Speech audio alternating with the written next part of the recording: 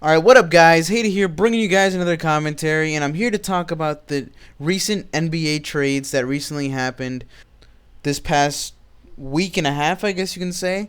The first big trade that I'm sure everyone wants to talk about would be the New York Knicks finally acquiring Carmelo Anthony. People just talk about, oh, it was a Carmelo trade, but you got to remember that Chauncey Billups, the 2004 NBA Finals MVP, was also included in this trade. The trade had 3 teams in it. It had a lot of players. I think it was about 13. Some people say that the Knicks gave up too much, but I don't really think so. I mean, Carmelo Anthony and Chauncey Billups is a pretty good package. Danilo Gallinari is a great player, so is Raymond Felton and Wilson Chandler. But Carmelo Anthony is a top 10 player in this league. And people forget that Chauncey Billups still has, a little bit of game left in him. I'm thinking that the next 2 years he's still going to be, a very good point guard, which could be great for the New York Knicks. I mean, a lot of people think that this is the beginning before the New York Knicks acquire that third piece, maybe a Chris Paul or Deron Williams. But speaking about Deron Williams, he was another really surprising trade that went down. The Utah Jazz traded Deron Williams to the New Jersey Nets, and there were no rumors of this. This came out of nowhere. And the Nets sent out Devin Harris, Derek Favors, and 2 2011 first-round picks and $3 million in cash to the Utah Jazz. And all the New Jersey Nets got in return would be Deron Williams. So that was another big trade. It came out of nowhere. The main question will be if Deron Williams does stay after he can opt out of his contract after the 2012 season. Apparently, he was very mad that he got traded. He didn't see it coming.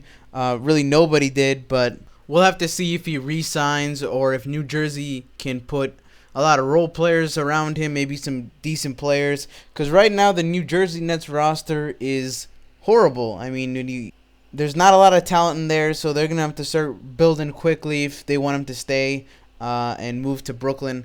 But in my opinion, the most shocking trade this year was the Celtics sending out Kendrick Perkins and Nate Robinson to the Oklahoma City Thunder for Jeff Green and Nenan Kristic. This shocked me because Kendrick Perkins is their beast in the middle. I mean, he's a great center. He's a great defender. He's a big body, and that was their major advantage. And that was the major advantage that the Boston Celtics had over the Miami Heat, would be the size that they had over them. It was easy to get rebounds, and it was easy to attack the middle. I remember that Kendrick Perkins had a very big game this past game against the Miami Heat, and I'm pretty shocked on how they traded him because Jermaine O'Neal has been hurt all year, and Shaq has been hurt a lot of times this year, and Shaq's 38 years old, and he's not getting any younger, and he's in his 18th year in the NBA, and his knees are only going to get worse. His body is only going to be able to take so much, and I wouldn't be surprised if, the Boston Celtics didn't make the finals anymore because it seems like they shot themselves in the foot. And as great as Jeff Green would be, I don't think that he was the answer for the Boston Celtics. Honestly, I don't think they needed to change anything because they were a great team. They were number 1 in the East, and their only opponent really was was Miami and Chicago, and they've beaten both teams. So, I don't know what the worry was or why they did those trades, but we'll have to wait and see. It seemed like Kevin Garnett and Paul Pierce and Ray Allen were all,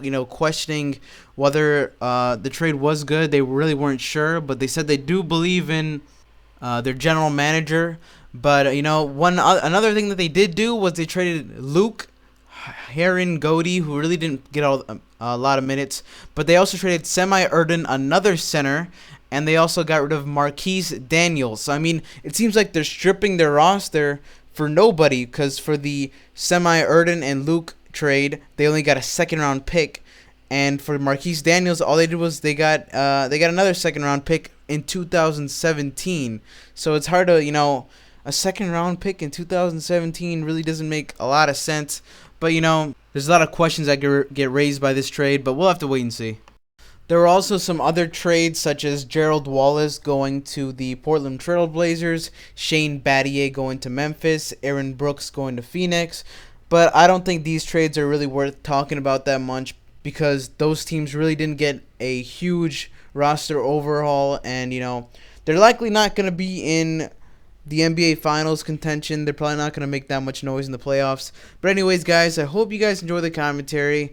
I had some highlights first from the New York Knicks and the New Jersey Nets from NBA 2K11 and some of the gameplay. But I hope you guys enjoy the commentary. Let me know what you guys think about the trades.